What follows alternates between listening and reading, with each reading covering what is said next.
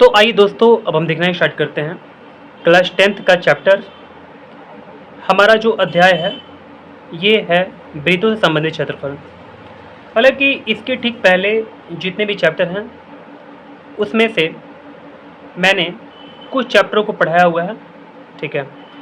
क्योंकि ये मैं चैप्टर अपने कोचिंग में स्टार्ट कर रहा हूँ, तो मैं सोच रहा हूँ कि जिन बच्चों का डाउट होगा वो आ करके यहाँ पर देख सकते हैं, जिन लोगों का एब्सेंट होगा।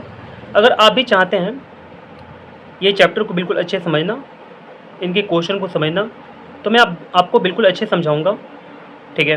तो आप मेरे चैनल से जुड़ सकते हैं। अब चलते हैं, स्टार्ट करते हैं अपना प्रश्नावली को, ठीक है। तो देखिएगा, प्रश्नावली हमारा यहाँ से स्टार्ट होता है। आप देख सकते हैं हमारे पास प्रश्नावली है 12.1। इसमें क्वेश्चन क्या बोला जा रहा, पहले ऊपर का हेडिंग पढ़ लेते हैं। बोला, जब तक अन्यथा ना कहा जाए पाई बराबर 22/7 का प्रयोग कीजिए, ठीक है। यानी कि अगर जब तक कुछ नहीं कहा जाएगा, जैसे देखिए ये क्वेश्चन को पढ़ेगा तो इसमें पाई का कुछ बारे में नहीं बोला गया है, तो इसमें तो कुछ नहीं कहा गया है, तो जब तक नहीं कहा जाएगा ना, आपको पाई बराबर 22/7 ही प्रयोग कर रहा है। अगर कुछ कहेगा तो आपको कुछ अलग करना है, लेकिन नहीं दिया रहेगा तो आपको पाई का वैल्यू 22/7 रखना है, ये बोला जा रहा है, ठीक है। अब आइए समझते हैं हम लोग क्वेश्चन नंबर पहला को। देखिए पहला क्वेश्चन हमारे सामने है। बोला कि दो वृत्तों की त्रिज्याएं हमारे पास, दो वृत्तों की त्रिज्याएं क्रमशः 19 सेंटीमीटर और 9 सेंटीमीटर है, ठीक है। हमारे पास दो वृत्त है और उस दोनों के जो त्रिज्याएं हैं ये 19 सेंटीमीटर और 9 सेंटीमीटर है, ठीक है। जैसे जैसे बोला वैसे वैसे हम थोड़ा सा फिगर बनाते हैं पहले। जैसे हमारे पास दो वृत्त है, एक पहला वृत्त हो गया हमारे पास और ये हमारे पास दूसरा एक वृत्त हो गया, ठीक है। इसमें दोनों की जो त्रिज्या है ये हमारे पास देख लेते हैं, और ये हमारे पास ये 19 सेंटीमीटर है और हमारे पास ये 9 सेंटीमीटर है, ठीक है। इसको हम लोग R1 बोल देते हैं, इसको हम लोग R2 बोल देते हैं, सही रहेगा। चलिए अब आगे बढ़ते हैं। बोला, उस वृत्त की त्रिज्या ज्ञात करें। एक हमको और वृत्त का त्रिज्या निकालना है जिसकी परिधि इन दोनों वृत्तों की परिधियों के योग के बराबर है। यानी कि कहना ये चाहता है कि एक हमको और वृत्त बनाना है और इसका त्रिज्या निकालना है, ठीक है। ये वाला त्रिज्या फाइंड करना है, मान लीजिए इसको R3। तो इस वृत्त का त्रिज्या फाइंड करना है जबकि इन दोनों वृत्तों की परिधियों का योग जो है ना इस परिधि के बराबर है। फिर से एक बार सुन लीजिएगा ध्यान से। अगर हम ये परिधि देखें, ठीक है, ये इसको हम लोग परिधि बोलते हैं, ये भी हमारे पास ये परिधि है। इन दोनों परिधि को अगर हम जोड़ दें तो इसके परिधि के बराबर आता है, ये क्वेश्चन में बोला जा रहा है, ठीक है। अब देख सकते हैं यहाँ पर बोला जिसकी परिधि इन दोनों वृत्तों की परिधियों के योग के बराबर है, ठीक है। चलिए अब हम लोग इसको कैसे बनाएंगे, ठीक है। तो थोड़ा सा मैं इसको साइड कर देता हूँ। अब चलते देखते हैं। क्वेश्चन नंबर पहला हमारे पास है, ठीक है। देखिए हम ऐसे बोल सकते हैं, चूंकि दोनों वृत्तों के परिधियों का योग बराबर क्या हो सकता है, नए वृत्त की परिधि, नए वृत्त की परिधि, ठीक है ना। यही क्वेश्चन में बोला गया है, तो हम लोग ऐसे कर लेंगे, ठीक है। ऐसे करके हो गया हमारे पास। अब देखिए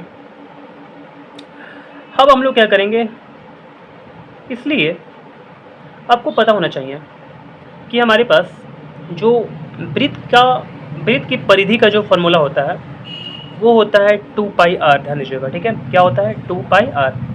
तो इसका वृत्त का परिधि का फॉर्मूला क्या होगा 2πr, और r नहीं लिखेंगे, केवल यहाँ पर R1 है तो R1 लिख देंगे, प्लस इसका फॉर्मूला क्या होगा 2πr2 हो जाएगा, ठीक है। और बराबर क्या होगा नए वृत्त की परिधि, ठीक है। नए वृत्त की परिधि हमारे पास क्या हो जाएगा 2πr, यहाँ पर R3 हो जाएगा, ठीक है। कोई दिक्कत आपको नहीं है। चलिए थोड़ा सा और इसको सॉल्व करते हैं। या देखिए इसमें 2π है, इसमें भी 2π है, 2π बाहर निकाल देंगे, इसमें R1 बच जाएगा, इसमें हमारे पास क्या बचेगा R2 बच जाएगा। यहाँ पर क्या हो जाएगा 2πr3 हो जाएगा, ठीक है। यहाँ तक कोई दिक्कत नहीं है आपको। 2 से 2 हम लोग कैंसिल करा लेंगे और पाई से पाई हमारा कैंसिल हो जाएगा, तो हमारे पास क्या आएगा, या R1 + R2 बराबर कितना हो जाएगा R3 आ जाएगा, ठीक है। कोई दिक्कत नहीं है आपको। तो देखिएगा, अब हम लोग इसकी वैल्यू को रख देंगे और हमारे पास R3 का वैल्यू आ जाएगा। ठीक है, देखिए R1 का वैल्यू हमारे पास क्या है, तो देख सकते हैं यहाँ पर 19 सेंटीमीटर है ना, प्लस R2 का वैल्यू क्या हमारे पास है, 9 सेंटीमीटर, बराबर क्या हो जाएगा R3, या R3 बराबर क्या हो जाएगा 19 में हम लोग 9 जोड़ देंगे। ठीक है, तो कितना आ जाएगा 28 सेंटीमीटर। ठीक है, यानी कि नए वृत्त की जो हमारे पास त्रिज्या आ गया ना, ठीक है, नए वृत्त की हमारे पास त्रिज्या क्या आ गया 28 सेंटीमीटर। तो ये हमारा आंसर है। कोई दिक्कत है आपको? ठीक है, तो चलिए अब हम देखते हैं क्वेश्चन नंबर 2 को। तो क्वेश्चन नंबर 2 हमारे पास क्या बोला, थोड़ा देखिएगा ध्यान से। यहाँ पर बोला जा रहा, दो वृत्तों की त्रिज्याएं क्रमशः 8 सेंटीमीटर और 6 सेंटीमीटर है। हमारे पास दो वृत्त है और दोनों वृत्त की जो त्रिज्या है वो दिया हुआ है। ठीक है, उस वृत्त की त्रिज्या ज्ञात कीजिए। हमको एक अलग वृत्त का त्रिज्या ज्ञात करना है जिसका क्षेत्रफल इन दोनों वृत्तों के क्षेत्रफल के योग के बराबर है। यानी कि अगर आप ध्यान से देख रहे हैं और सुन रहे हैं तो यहाँ पर बोल क्या रहा, जैसे इसमें हमारे पास जो पहला क्वेश्चन था ना, बिल्कुल ऐसे ही करके दूसरा क्वेश्चन है, लेकिन इसमें परिधि दिया होता, लेकिन इसमें क्या दिया हुआ है, क्षेत्रफल दिया हुआ है। ठीक है, तो मैं आपको समझाने का प्रयास करता हूँ। देखिए, हमारे पास दो वृत्त है। ठीक है, एक छोटा वृत्त है, एक यहाँ पर हमारे पास बड़ा वृत्त है। ठीक है, दोनों को क्षेत्रफल को अगर जोड़ दीजिएगा आप, दोनों के क्षेत्रफल क्या कीजिएगा, जोड़ दीजिएगा। कैसे हम लोग यहाँ पर दोनों के परिधि को हम लोग जोड़े थे ना, इसमें दोनों का क्षेत्रफल को हम लोग क्या करेंगे, जोड़ेंगे। तो एक हमारे पास बड़ा वृत्त का क्षेत्रफल प्राप्त होगा। ठीक है, कोई दिक्कत नहीं है। हमारे पास एक नया वृत्त बनेगा जिसका क्षेत्रफल जो होगा, सिंपल भाषा हम समझ सकते हैं, अगर हमारे पास नया जो वृत्त बना ना, इसका जो क्षेत्रफल होगा इन दोनों के क्षेत्रफलों के योग के बराबर होगा। ठीक है, बस समझ गए। तो देखिए, हमारे पास जो दोनों वृत्त हमारे पास दिए हुए थे पहले से, उसका जो त्रिज्या है क्या क्या है, तो हमारे पास 8 सेंटीमीटर और 6 सेंटीमीटर है। ठीक है, तो इसको हम लोग मान लेते हैं, ये 8 सेंटीमीटर, इसको R1 बोल देते हैं, और हमारे पास ये वाला क्या है, 6 सेंटीमीटर है, ये हमारे पास R2 हो गया। ठीक है, और हमारे पास ये वाला क्या हो जाएगा, ये हमारे पास R3 हो जाएगा। ठीक है, कोई दिक्कत नहीं आपको। चलिए आगे बढ़ जाते हैं हम। अब देखिए, हम लोग अब यहाँ पर सॉल्यूशन देना ही स्टार्ट करेंगे, चूँकि दोनों वृत्तों के क्षेत्रफलों का योग किसके बराबर है, नए वृत्त के क्षेत्रफल के बराबर है। ठीक है, नए वृत्त के क्षेत्रफल के नए वृत्त का क्षेत्रफल के बराबर है। ठीक है, तो ऐसे करके हम लोग लिख दिए। या आपको पता है कि हमारे पास वृत्त का क्षेत्रफल होता क्या है, वृत्त का जो क्षेत्रफल होता है आपको याद कर लेना चाहिए। ठीक है, बिल्कुल भूलना नहीं चाहिए इस चीज़ को। देखिए, वृत्त का क्षेत्रफल पाई आर स्क्वायर होता है। ठीक है, क्या होता है, पाई आर स्क्वायर। तो हमारे पास इसका क्षेत्रफल क्या हो जाएगा, पाई R1 का स्क्वायर हो जाएगा। ठीक है, इसका क्षेत्रफल क्या हो जाएगा, पाई R2 का स्क्वायर हो जाएगा। ठीक है, और इसका क्षेत्रफल क्या हो जाएगा, पाई R3 का स्क्वायर हो जाएगा। सही है, कोई दिक्कत नहीं आपको। ठीक है, बहुत बढ़िया, कोई दिक्कत नहीं ना आपको। चलिए यार समझ के बात को। अब देखिए, हम लोग क्या कर सकते हैं, पाई और यहाँ भी पाई दोनों जगह दिख रहा मुझे, तो पाई को कॉमन कर लेंगे। क्या अंदर बचा रह जाएगा, यानी कि यहाँ पर R1 का स्क्वायर हो जाएगा और यहाँ पर क्या हो जाएगा, R2 का स्क्वायर हो जाएगा। ठीक है, इसको ब्रैकेट के अंदर रख लेंगे। यहाँ पर पाई R3 का स्क्वायर हो जाएगा। सही है, पाई पाई हम लोग कटा सकते हैं यहाँ पर ऐसे करके। या हमारे पास क्या बचा, R1 का स्क्वायर, यहाँ पर लिख लेंगे R1 का स्क्वायर, प्लस क्या बचा, R2 का स्क्वायर बचा हमारे पास। ठीक है, बराबर क्या बचा, R3 का स्क्वायर बच गया। ठीक है, अब देखिए क्या करना है, केवल वैल्यू को डाल देना है। जैसे R1 का वैल्यू हमारे पास क्या है, 8 है, 8 का पावर कितना हो जाएगा, 2 हो जाएगा। यहाँ पर R2 कितना है, 6 है, 6 का स्क्वायर हो जाएगा। और R3 हमारे पास कितना है, ये पता ही नहीं है हमारे पास, है ना। या 8 का स्क्वायर कितना हो जाएगा, 8 8 64। ठीक है, 6 का स्क्वायर कितना होगा हमारे पास, 6 6 का 36। यहाँ पर R3 का हमारे पास स्क्वायर हो जाएगा। सही है, कोई दिक्कत नहीं है आपको। अब देखिए, यह 64 प्लस 36 कितना होगा, 6 4 10 का 0 हाथ ले, 6 3 9 1 10, यहाँ पर 100 हो जाएगा। बराबर कितना हो जाएगा, R3 का स्क्वायर हो जाएगा। ठीक ठाक है। अब देखिए, हम लोग यहाँ पर छोटे जगह में इसके वैल्यू को फाइंड आउट कर सकते हैं। तो यह यहाँ पर स्क्वायर है ना, तो R3 अगर हम लोग निकालते हैं तो ये जो स्क्वायर है ये अंडर रूट में कन्वर्ट हो जाएगा राइट में, लेफ्ट में जा करके, ठीक है। तो मैंने तो यहाँ पर ऐसे करके कर दिया, यहाँ पर दोनों बराबर है तो मैं ऐसे भी लिख सकता हूँ इस चीज़ को, ठीक है। देखिए या R3 का मान हमारे पास कितना आ गया, 10 सेंटीमीटर, ठीक है। चलिए हमारे पास त्रिज्या निकल कर आ चुका है नए वृत्त का। तो उम्मीद करते हैं कि ये क्वेश्चन बिल्कुल आप अच्छे से समझ गए होंगे। अब हम समझते हैं आगे क्वेश्चन को, ठीक है, क्वेश्चन नंबर 3 को। तो आइए दोस्तों अब हम देखना ही स्टार्ट करते हैं क्वेश्चन नंबर 3 को। तो यहाँ पर क्वेश्चन देख सकते हैं, बोल रहा कि आकृति 12.3, यहाँ पर हमारे पास ये आकृति जो है ये 12.3 का है। एक तीरंदाजी लक्ष्य को दर्शाती है। हमारे पास ये जो आकृति है ये तीरंदाजी लक्ष्य को दर्शाती है, ठीक है, जिसमें केंद्र से बाहर की ओर 5 क्षेत्र गोल्ड, रेड, ब्लू, ब्लैक और वाइट चिन्हित हैं। अगर इसमें देखिएगा आप तो इसमें 5 कलर हैं, ठीक है, गोल्ड है, रेड है, ब्लू है, ब्लैक है एंड वाइट है। हालांकि आपको दिख नहीं रहा होगा ये कलर, ठीक है, क्योंकि ये अच्छा बिल्कुल प्रिंट नहीं है तो इसलिए आपको बिल्कुल दिखाई नहीं पड़ेगा अच्छा से, ठीक है। लेकिन आप ऐसे करके सोच सकते हैं कि हमारे पास 5 कलर दिया हुआ है, ठीक है। अब देखिए जिनसे अंक अर्जित किए जा सकते हैं। जो हमारे पास जो निशाना हम लोग बैठाते हैं ना, तीर का ना, तो जहाँ पर हमारा तीर जाएगा उसके मुताबिक हम लोग क्या कर सकते हैं, यानी कि अंक अर्जित कर सकते हैं, ठीक है। यहाँ पर ऐसा करके बात बोला। गोल्ड अंक वाले क्षेत्र का व्यास 21 सेंटीमीटर है। अगर आप देखें ये गोल्ड हमारे पास है, इसका अगर व्यास देखें आप तो हमारे पास 21 सेंटीमीटर का है तथा प्रत्येक अन्य पट्टी 10.5 सेंटीमीटर चौड़ी है। हमारे पास जो गोल्ड के अलावा 4 और कलर जो हैं इसकी जो पट्टियां हैं ये चौड़ी है 10.5 सेंटीमीटर की। जैसे रेड की जो चौड़ाई है पट्टी की वो कितना है, 10.5 सेंटीमीटर। ऐसे करके ब्लू को देखें तो 10.5, ब्लैक का देखें 10.5, वाइट का देखें 10.5, ठीक है।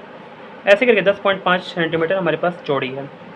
अंक प्राप्त कराने वाले इन 5 क्षेत्रों में से प्रत्येक का क्षेत्रफल ज्ञात करना है, ठीक है। तो चलिए हम लोगों को पाँचों का क्षेत्रफल अलग अलग फाइंड करना है। तो चलिए हम लोग इसको निकालना स्टार्ट करते हैं।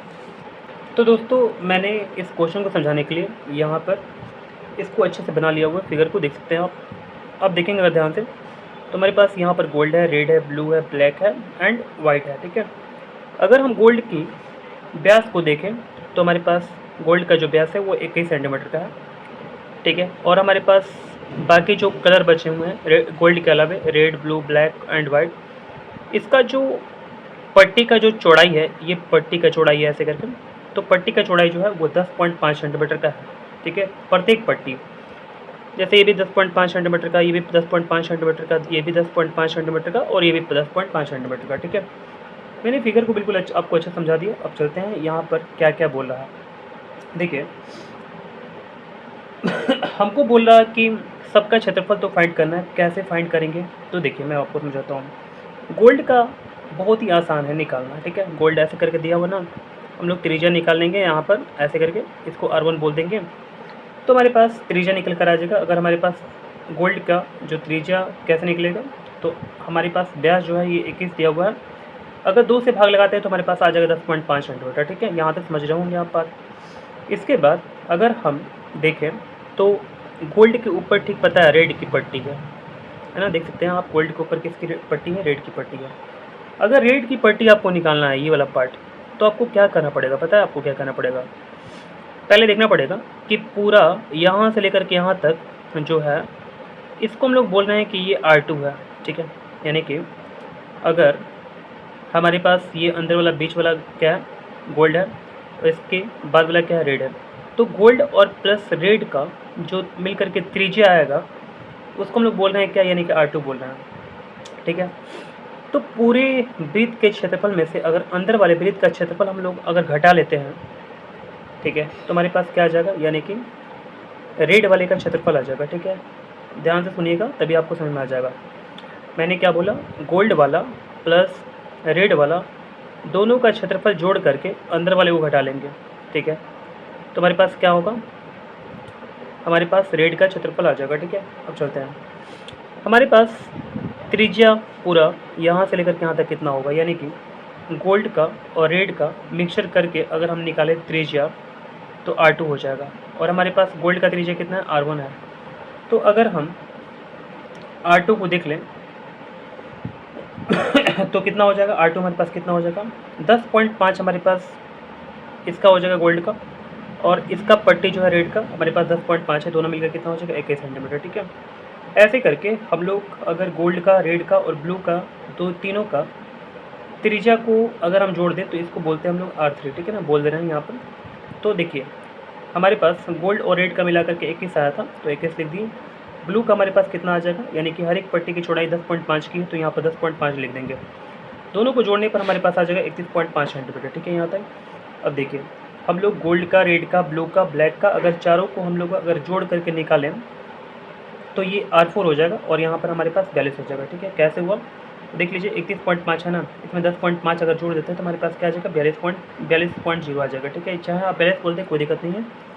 ठीक है, यहाँ तक समझ के आप बात को।